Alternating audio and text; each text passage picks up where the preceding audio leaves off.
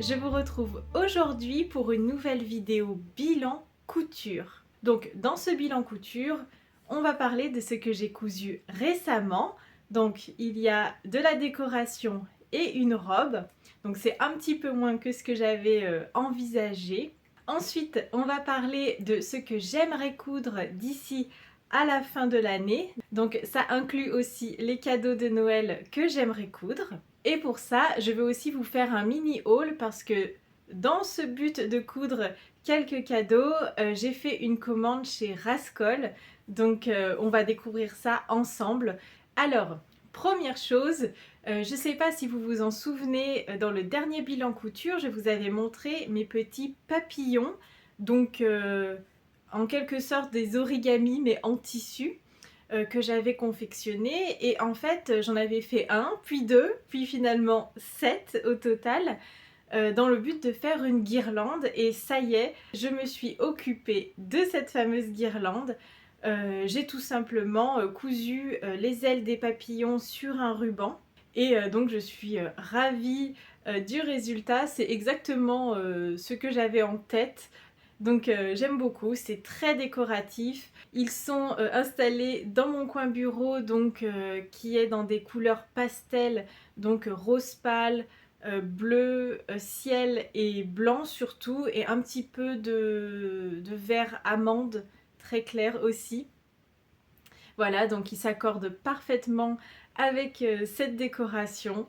Donc j'adore. Et je suis contente de m'en être enfin occupée. Voilà, il restait pas grand chose, hein, juste à les monter en guirlande. Et donc voilà, c'est chose faite. Ensuite, j'ai fait une petite décoration d'automne. Ça faisait longtemps que j'avais repéré les citrouilles sur le site de Tilda. Donc c'est un patron qu'on peut télécharger gratuitement. Donc j'avais repéré ce patron et dans ce but, je me suis offert des tissus Tilda. Voilà, je me suis fait un petit plaisir. Ils sont vraiment d'une qualité incomparable ces tissus. Et voilà ce que ça donne. Donc c'est une citrouille version patchwork comme ça. Il y a 4 tissus différents. Voilà, j'ai utilisé 4. Là on peut les voir. 4 tissus différents pour la faire. Et j'adore le résultat, vraiment. Ouh, oui, parce que j'ai pas encore cousu. Je sais pas si je le ferai, je pense pas. J'ai pas cousu la petite tige comme ça. Hop, voilà. Parce que c'est vraiment une partie que je trouve moins sympa à faire. C'est la dernière couture de finition.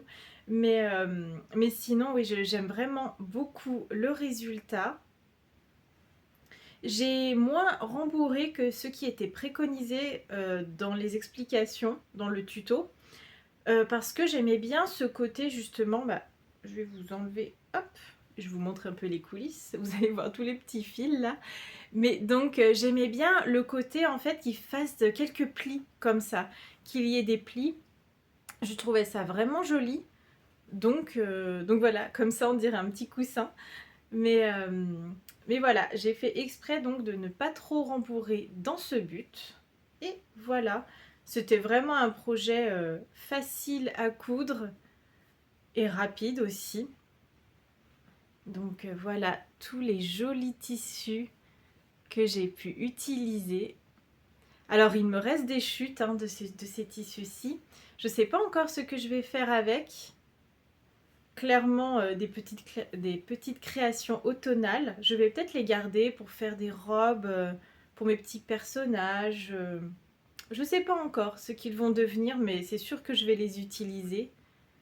Voilà. Donc là, vous avez des... en fait, c'est différentes petites fleurs, hein, clairement. C'est très végétal, tout ça. Hop.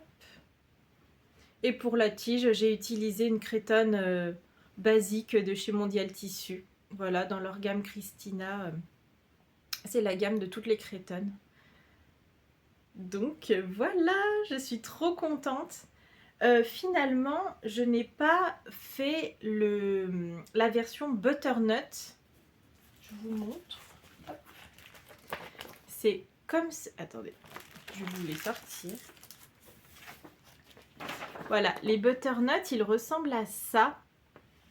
Et pour l'instant, je les ai pas faits. Alors déjà parce que, comme je vous l'avais déjà dit, c'est sympa de faire des petites choses en volume comme ça, mais ça tient très vite beaucoup de place. Et du coup, j'hésite un peu. Et puis, je les trouvais moins sympa, je sais pas. J'hésite vraiment parce que je trouve qu'on dirait des poires. Et je sais pas trop. Peut-être l'année prochaine. Peut-être que c'est à ça que vont servir mes chutes de tissu Tilda. Je ne sais pas encore. Mais en tout cas, voilà. J'ai aussi ceci. Et donc ça, c'est aussi un patron gratuit que j'ai trouvé sur le site de Tilda. Comme d'habitude, les liens seront juste en dessous de la vidéo. Vous pourrez aller télécharger ça. Ils sont disponibles gratuitement. Et donc, comme je vous le disais, pas de difficulté particulière pour coudre cette petite citrouille. Voilà.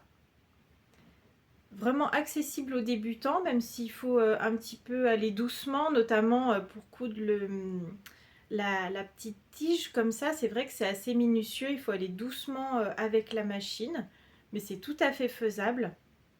On peut aussi tout coudre à la main. Il n'y a pas de souci avec ça. Mais voilà, l'avantage avec la machine pour des choses comme ça en volume, je trouve, c'est que quand on souhaite bien rembourrer, la machine va pouvoir faire des points très serrés. Alors vous pouvez aussi faire des points très serrés à la main, c'est juste que ça va prendre beaucoup de temps. Mais voilà, du coup les points très serrés vont faire qu'on ne va pas voir les fils apparaître si on rembourre beaucoup l'objet en question. Voilà. Donc je suis très très contente. Elle est exactement comme je l'imaginais en fait. Voilà. N'hésitez pas dans les commentaires à me poser vos questions si jamais vous en avez, si j'oublie de dire certaines choses, de préciser certaines choses. N'hésitez pas surtout, si jamais ça vous intéresse.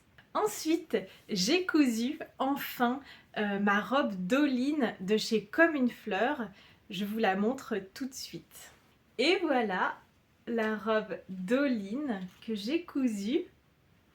Hop, elle va jusqu'ici. Alors, j'ai fait la version... En fait, j'ai fait un petit peu un mélange. J'ai fait une version manche longue, mais au niveau de la jupe, c'est la version courte. Voilà, il y a vraiment plusieurs options. Vous pouvez la faire manche 3/4, vous pouvez la faire longue. Enfin non, il y a mi-longue et longue aussi. Et donc courte. Donc il y a 3 longueurs de jupe différentes et 2 longueurs de manches différentes. Voilà. Ce qui est sympa aussi, c'est qu'il y a aussi la possibilité d'adapter la stature. Voilà, ce que je n'ai pas fait, j'avoue, un peu par flemme. Non, beaucoup. mais voilà. Du coup, moi, j'ai vraiment fait le modèle de base en taille 34. J'aurais pu faire la taille 32, je pense. C'est vrai que moi j'ai toujours peur d'être serrée, notamment au niveau du bas. Donc du coup, j'ai plutôt fait la taille 34, alors que j'avais cousu un autre haut, celui-ci, de chez Comme une fleur. Et celui-ci, je me souviens, je l'avais cousu en taille 32 parce que je voulais être sûre que il soit bien plaqué un peu partout. Voilà. Et pour le coup, là, oui, la robe, c'est vraiment... J'aurais peut-être dû faire le haut en taille 32 et le bas en 34, peut-être. Je ne sais pas. Mais en tout cas, elle est quand même tout à fait portable. Et donc, il y a cette goutte au milieu, voilà, comme ça on la voit. C'est vraiment un petit détail sympa, je trouve que ça change. J'avais encore jamais fait ça. Donc voilà pour cette robe d'Oline. Je trouve les explications très bien, et le patron très bien aussi. Donc c'était la deuxième fois que je cousais un patron de chez Comme une fleur et je suis vraiment ravie.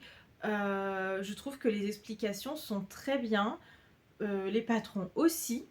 Franchement, il n'y a rien à redire. Je l'ai cousu dans un tissu qui vient de chez tissu.net que j'avais trouvé, ça date un peu, je crois que c'était je l'ai acheté fin 2023, quelque chose comme ça, peut-être début 2023, je sais plus. Mais en tout cas, voilà, j'avais tout de suite craqué pour ce tissu et dans lequel d'ailleurs j'ai tout de suite vu une robe d'Oline. Voilà, donc j'avais acheté ce tissu exprès et je trouve que ça rend très bien. Alors, le seul défaut, mais c'est pas de la faute du tissu, ni du patron, c'est que c'est un tissu qui est très fluide, qui est extensible et qui glisse. Voilà, donc le trio gagnant. Voilà, c'est vrai que... Alors, c'est pas le pire tissu à coudre, mais c'est pas le plus simple non plus. Et c'est ce qui a fait que la couture, je trouvais, n'était pas toujours très facile. Même la découpe d'ailleurs, parce qu'en fait, on découpe un bout et puis ça bouge. On a beau caler le tissu comme il faut, ça bouge un peu dans tous les sens. Donc, c'est pas forcément simple de ce côté-là. Je vous l'avais dit en story, mais il y avait des moments où vraiment je me disais mais l'année prochaine je ne couds que de la crétonne non extensible, que de la popeline, du chêne et trame mais qui ne s'étire pas, parce que vraiment ce genre de tissu des fois voilà, c'est pas forcément simple. En plus des fois ça crée des embûts. Si jamais vous avez un petit peu, bah justement quant à la découpe, sans le vouloir, vous aviez finalement un petit peu bougé, ça s'était un petit peu décalé, du coup vous avez un trop large morceau de tissu, des fois même 1 cm c'est déjà beaucoup en fait, ça va tout, ça va créer un embut en fait quand vous allez par exemple assembler 2 pièces de tissu, il va y avoir un trop en fait, et voilà, je sais pas si c'est très clair ce que je dis, mais en tout cas voilà, c'est ce genre de tissu où c'est pas forcément toujours facile d'être très précis, mais ça se fait quand même, hein, de toute façon. Et puis c'est aussi une question d'expérience, hein, de toute façon, il n'y a pas de secret, je pense. Voilà. Pour le coup, un peu comme pour ma robe gourmandise, j'ai été une bonne élève parce que j'ai tout surjeté comme il faut. Voilà, vous savez que ça m'est déjà arrivé de pas surjeter certains vêtements. C'est pas bien hein, pour la durabilité, hein, mais bon, voilà. Donc là, vous avez la parmenture. Je peux vous la montrer d'ailleurs dans l'autre sens. Hop. Donc cette robe, je l'ai cousue début novembre. Oui, c'est ça, la première moitié du mois de novembre. Hop. Là, on est le 15 novembre, pour information. Et du coup, voilà, là, vous pouvez super bien voir la parmenture. Donc, c'était un petit peu plus long que d'habitude à faire, mais vraiment, hein, ça change. Et puis, ça, c'est très bien fait. Il y a j'ai mis de l'entoilage léger. C'est le même entoilage que celui que j'ai utilisé pour ma blouse ébène. Donc tout pareil pour la parmenture. J'avais un peu peur de la rater entre guillemets cette goutte, mais finalement ça rend bien, donc tout va bien. Voilà. Et là vous voyez l'intérieur aussi. Hop.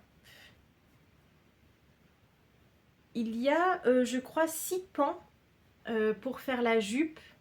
Notamment parce que, alors moi j'ai fait une version sans fente, mais la version, déjà vous pouvez faire une fente sur la version courte, mais les versions aussi mi-longues et longues sont prévues pour être faites avec une fente au niveau de la jupe pour pouvoir, pour que ce soit plus simple de marcher avec, tout simplement. Donc voilà, c'est vraiment la viscose, hein, c'est pas, comme je disais, c'est pas toujours facile à coudre, mais alors le résultat, ça donne vraiment un joli tombé. Il n'aurait pas fallu la faire dans des choses, dans des tissus trop rigides, hein, cette robe de toute façon. Ah oui, il y a une partie que j'ai trouvé pas fun à faire, mais ça c'est très personnel encore une fois. Parce que c'est très bien expliqué au final, c'est les fronces sur les manches. Pareil, c'est le tissu en fait.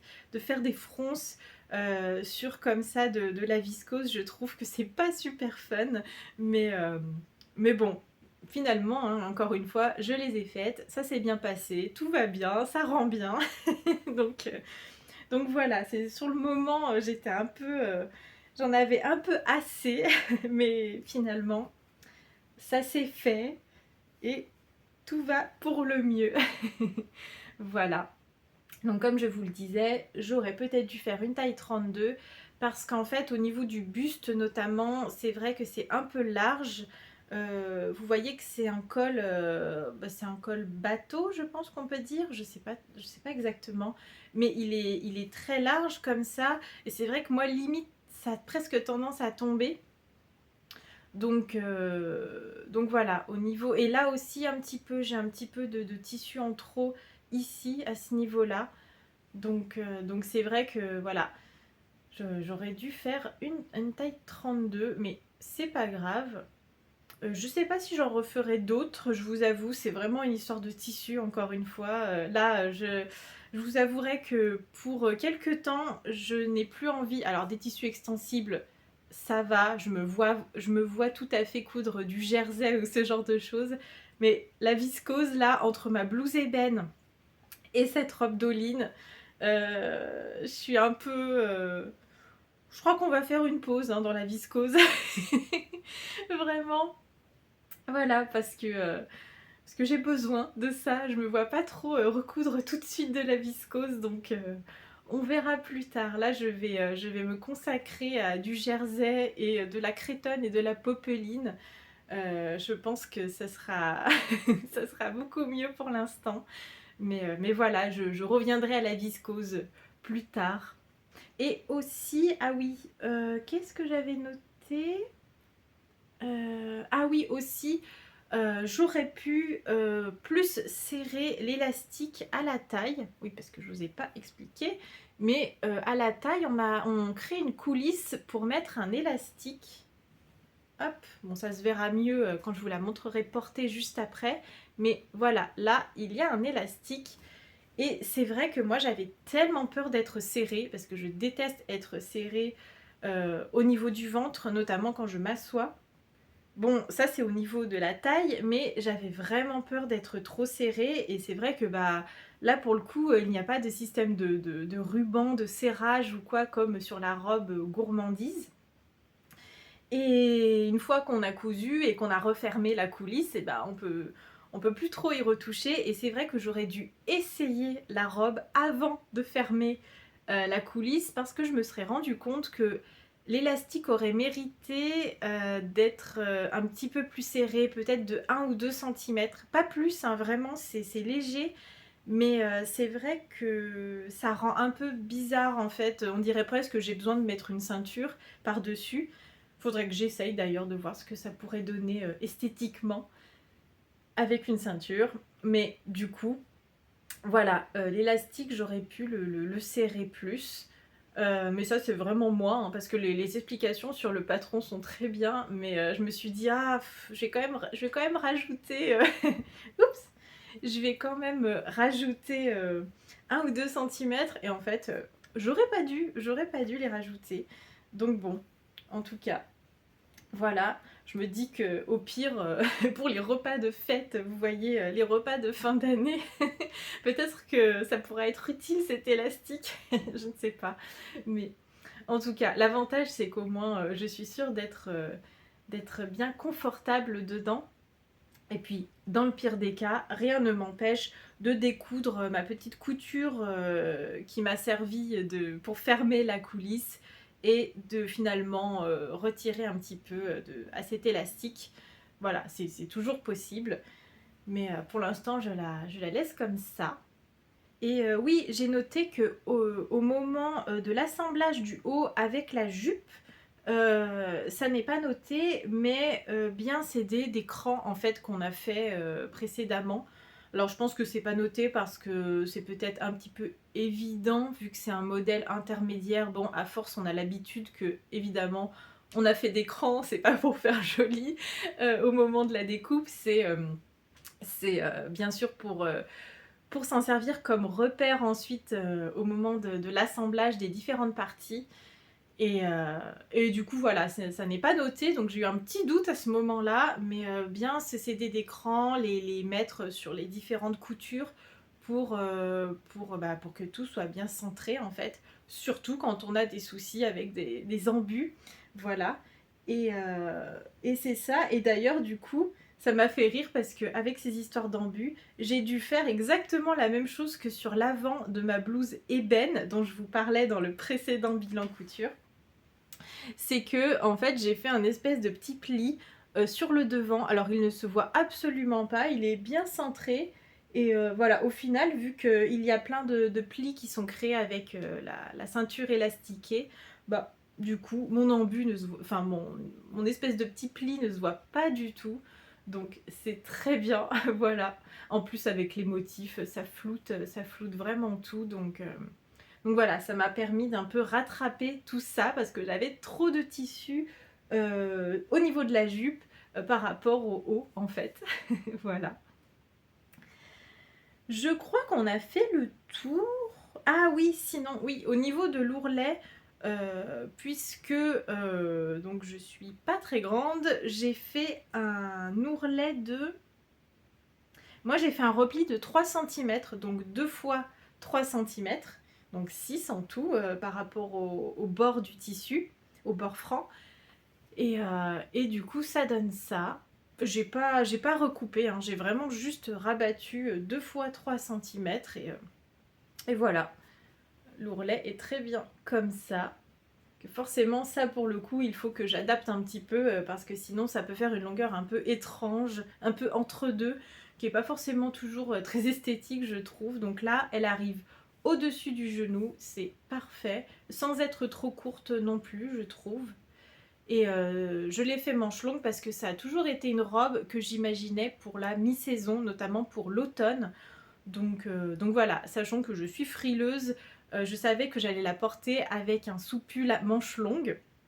C'est quelque chose que je porte beaucoup en automne-hiver. Donc du coup, je me suis dit que l'idéal pour la porter avec ce type de soupul, du coup, de t-shirt manches longues on va dire, du coup je l'ai fait manches longues dans ce but. Voilà. Je crois qu'on a fait le tour, je vous la montre du coup tout de suite portée.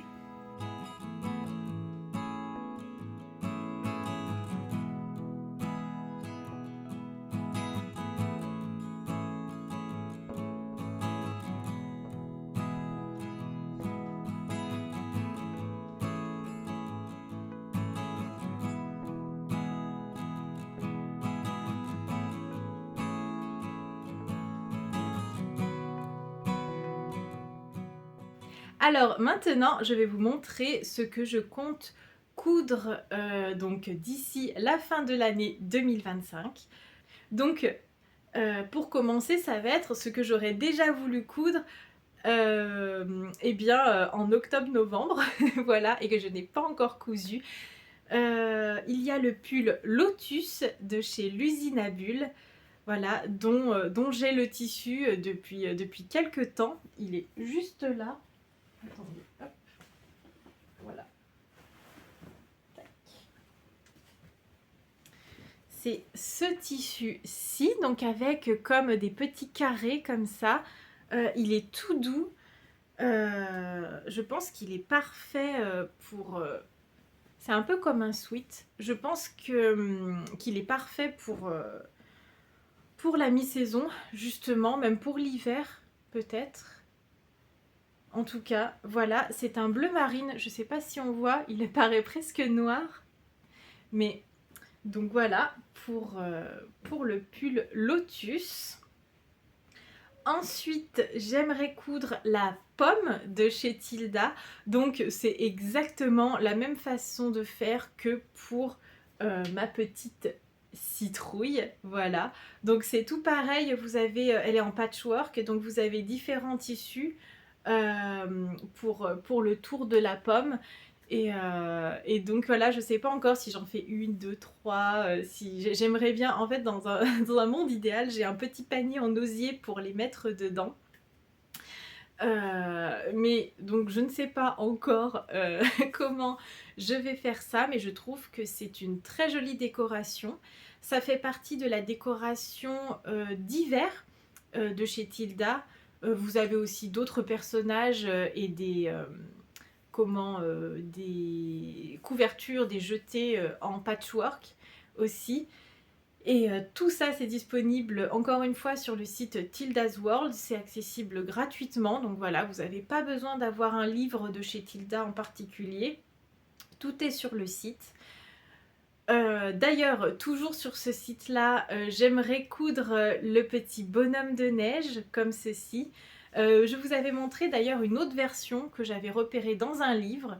Mais pour commencer, je crois que je vais d'abord faire ce petit bonhomme de neige. Donc voilà, pareil, je vous mets les liens juste en dessous de la vidéo. Et aussi, j'aimerais m'atteler, donc comme je vous le disais en début de vidéo, au cadeau de Noël que j'aimerais coudre. Je vais donc refaire une trousse comme ceci, qui est assez grande et qui servira de trousse de toilette, que j'avais trouvée sur la chaîne YouTube Sewing Sew, donc le blog du blog La Cabane à Coudre. Donc voilà, l'avantage de cette trousse, c'est que vous pouvez choisir entièrement toutes les dimensions. En fait, vous choisissez les dimensions finales que vous aimeriez pour cette trousse rectangulaire et ensuite vous faites les petits calculs pour savoir comment vous allez devoir découper vos tissus et à quelle dimension. Voilà. Et moi je vais clairement tout simplement refaire exactement la même dimension que celle que j'avais cousue. Je crois que c'était pour le Noël 2023, il me semble. Je sais plus. Mais en tout cas, voilà, j'avais déjà fait cette trousse. Et voilà, j'aime beaucoup parce que je trouve qu'elle a des très jolies finitions. Il y a une doublure entièrement à l'intérieur, tout ça. Et elle est assez facile à coudre. Donc voilà. Ensuite, j'ai prévu aussi pour offrir de coudre 2 maniques en forme de pomme. Alors voilà, vraiment, ça va être le mois de la pomme, vraiment. Donc elle ressemble à ceci. Donc c'est un patron que j'ai trouvé sur le blog du site Ma Petite Mercerie. C'est une manique qui existe aussi en forme de poire. Moi je vais faire 2 fois la pomme pour l'offrir à 2 personnes différentes. Si vous avez des personnes dans votre entourage qui aiment cuisiner, je trouve que c'est des petits accessoires comme ça, vraiment sympas, assez faciles à coudre. Et puis en plus ça fait des cadeaux utiles. Moi c'est vraiment quelque chose qui est important pour moi. J'avoue que j'ai plus de mal à offrir de la décoration. Alors en plus du fait que ce soit pas forcément utile au quotidien, je trouve qu'il est très dur d'offrir de la décoration à quelqu'un parce que ça va pas toujours être facile de viser juste, je trouve. Un peu comme offrir des vêtements d'ailleurs, il faut vraiment bien connaître la personne, ses goûts, ses tailles, tout ça. Enfin voilà, donc en tout cas, j'aime bien offrir des petits accessoires utiles comme ceci. Et donc c'est pour faire ces cadeaux de Noël que j'ai passé une commande chez Rascol. Voilà, ça faisait quelques temps que j'avais pas commandé sur ce site, que j'aime beaucoup pourtant. Et vous voyez que je ne l'ai pas ouvert, je vous attendais comme je fais souvent. Donc voilà, hop, on va ouvrir ça ensemble. Comment je fais ça? Voilà. Hop. Alors, j'ai commandé un tissu exprès justement pour faire mes maniques. Donc ça c'est pour mettre à l'intérieur. Et donc c'est un tissu qui est résistant, isolant. Et ça va servir tout simplement à ne pas se brûler parce que c'est un peu le but des maniques pour le four, pour la cuisine. Donc voilà. Et je me suis d'ailleurs dit que je pourrais aussi faire avec ce tissu des dessous de plat, des gants aussi, des gants pour le four. Un peu sur le même principe que les maniques. Hein. Donc vraiment voilà, je me suis dit que Il allait sûrement m'en rester, clairement, vu la taille du coupon. Je crois que j'ai pris 50 centimètres. Il me semble que j'ai pris 50 centimètres. Je crois qu'on pouvait de toute façon pas en prendre moins que ça. Mais donc voilà, c'est un... Bon, j'ai oublié comment il se nomme sur le site. De toute façon, je vous mettrai le lien encore une fois si jamais ça vous intéresse. Mais voilà, du coup, ce tissu exprès que j'ai vraiment, que j'avais pas du tout dans mon stock. Donc bien, bien isolant. En fait, c'est une sorte de molleton, en quelque sorte. Oui, c'est ça, de toute façon. Et, euh, et voilà, donc ça va me servir pour faire ces ustensiles, ce petit matériel pour la cuisine. Ensuite, qu'est-ce que... le pire, c'est qu'il y a des choses dont je me souviens même plus.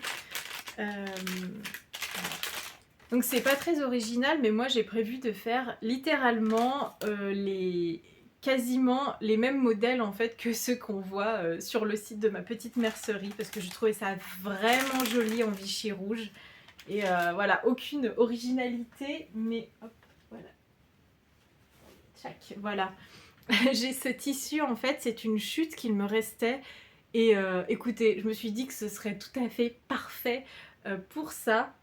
Donc voilà, au moins une des deux maniques sera vraiment exactement comme sur le site. Et je sais que j'ai pris aussi du passepoil. Voilà, il est là. Hop. Donc voilà, pour faire vraiment... On n'est pas obligé de le mettre bien sûr, mais pour faire vraiment de jolies finitions. Bon, c'est pas exactement le même rouge, mais enfin, je pense que ça rendra pas trop mal. Voilà, j'ai pris du passepoil tout prêt. Voilà. Et ensuite... Ah oui, ça c'est pour autre chose. Et j'ai pris aussi des petits accessoires pour me faciliter la vie quand je couds des poupées ou des choses en volume de chez Tilda, comme la citrouille d'ailleurs.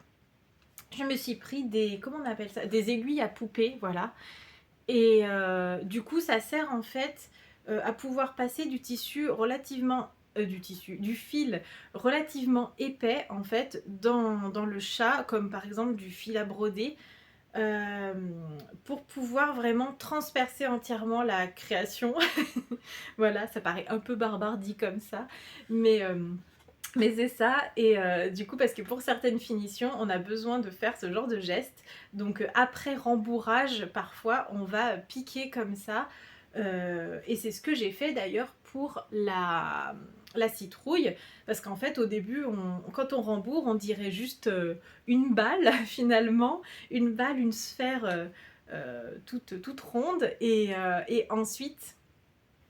Pour casser cet effet sphérique justement, j'ai passé du fil plusieurs fois, donc par ici, au milieu, en dessous, et ensuite on serre bien, et c'est ce qui va créer ce côté, voilà, où comment dire, c'est plus enfoncé au milieu, voilà. Donc c'est à ça que ça sert. Alors moi je l'ai fait avec une longue aiguille à broderie, mais en fait je pense que ça aurait été beaucoup plus simple avec ce type d'aiguille. Donc je me suis dit que j'allais m'équiper. Voilà. Et de toute façon dans le tuto d'ailleurs, il parle d'utiliser des aiguilles à poupée. Donc voilà, vu que je compte faire d'autres choses comme ça en volume, des petits personnages, etc., des fruits, donc je me suis dit que ça serait peut-être bien d'être équipé de ce type d'aiguille. Et ensuite, bon, ça c'est des choses que j'ai prises plus pour la broderie, mais donc j'ai pris un enfile-aiguille. Voilà, j'ai pris ce modèle-ci. J'espère qu'il est assez résistant parce que le problème des enfiles-aiguilles, que ce soit en couture ou en broderie d'ailleurs, je trouve que souvent, en fait, quand j'utilise un enfile-aiguille, c'est que souvent le chat est un peu limite en termes de taille et en fait c'est pour ça que j'ai du mal à rentrer le fil dedans. Et ça fait que souvent il se casse vite. Alors c'est peut-être que j'ai pas la bonne utilisation aussi, hein, mais bon voilà. Donc je me suis dit que celui-ci avait l'air assez résistant et il fonctionne aussi, enfin il y en a deux autres ici pour des fils et des chats plus gros. donc incluant des gros fils de broderie, enfin des gros fils, des fils, comment dire, quand vous avez 6 fils ensemble, je sais plus comment ça s'appelle, mais, euh, mais voilà, du coup ça, ou même pour enfiler de la laine sur des grosses aiguilles, je me suis dit que ce serait pas mal. Et ensuite, alors moi je l'ai pris pour la broderie, mais ça peut aussi tout à fait servir pour la couture à la main. C'est de la cire d'abeille en fait, comme ça, de chez Bohin. Alors j'ai jamais essayé pour l'instant, mais ça m'a été conseillé plusieurs fois par vous en fait. Voilà.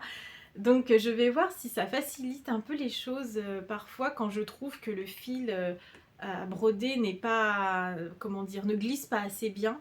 Donc ça sert en fait, on passe le fil comme ça sur la cire, hop, on tire pour enduire le fil en fait. Et ensuite c'est censé voilà, permettre une couture ou une broderie plus fluide en fait, avec un fil qui n'accroche pas du tout. Donc je ne sais pas ce que ça vaut, je n'ai jamais essayé. Donc voilà, j'avais envie de tester ça. Donc on va voir ce que ça donne. Voilà, j'espère surtout que ça ne tâche pas les toiles ou les tissus. C'est surtout ça qui m'embêterait pas mal. Donc voilà. Et enfin, voilà, ça c'est ça. Et enfin, parce que j'ai vraiment acheté des choses très spécifiques dont j'avais besoin tout de suite. Hein. J'ai été sage. Hein. Et enfin, j'ai pris cette longue fermeture éclair. J'ai pris un modèle vraiment basique, hein, avec la fermeture éclair comme ça, enfin le zip en PVC.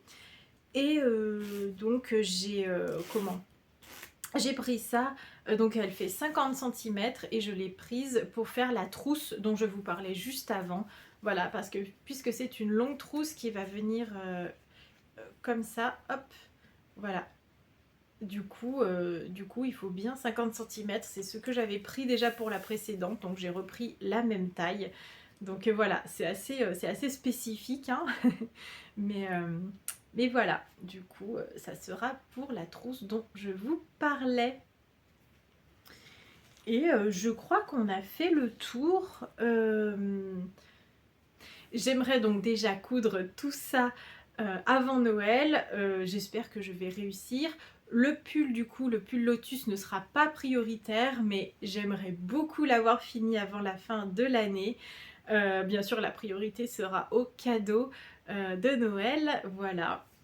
Donc dites-moi d'ailleurs si vous aussi vous avez prévu de coudre de la décoration, une tenue de fête, des cadeaux de Noël que vous allez offrir aussi. Je serais curieuse de savoir ce que vous avez prévu de ce côté-là, si vous avez prévu de coudre des choses spécifiquement pour cette période, pour les fêtes, voilà. N'hésitez pas à mettre ça en commentaire juste en dessous de la vidéo. Donc si vous avez apprécié cette vidéo également, n'hésitez pas à mettre un petit j'aime et à vous abonner pour pouvoir suivre la suite de mes aventures couture. J'espère que cette vidéo vous aura plu, que ça aura pu peut-être vous donner des petites idées et que vous avez passé un bon moment. En tout cas, j'espère que vous passez un très bon mois de novembre et je vous dis à très bientôt dans une prochaine vidéo.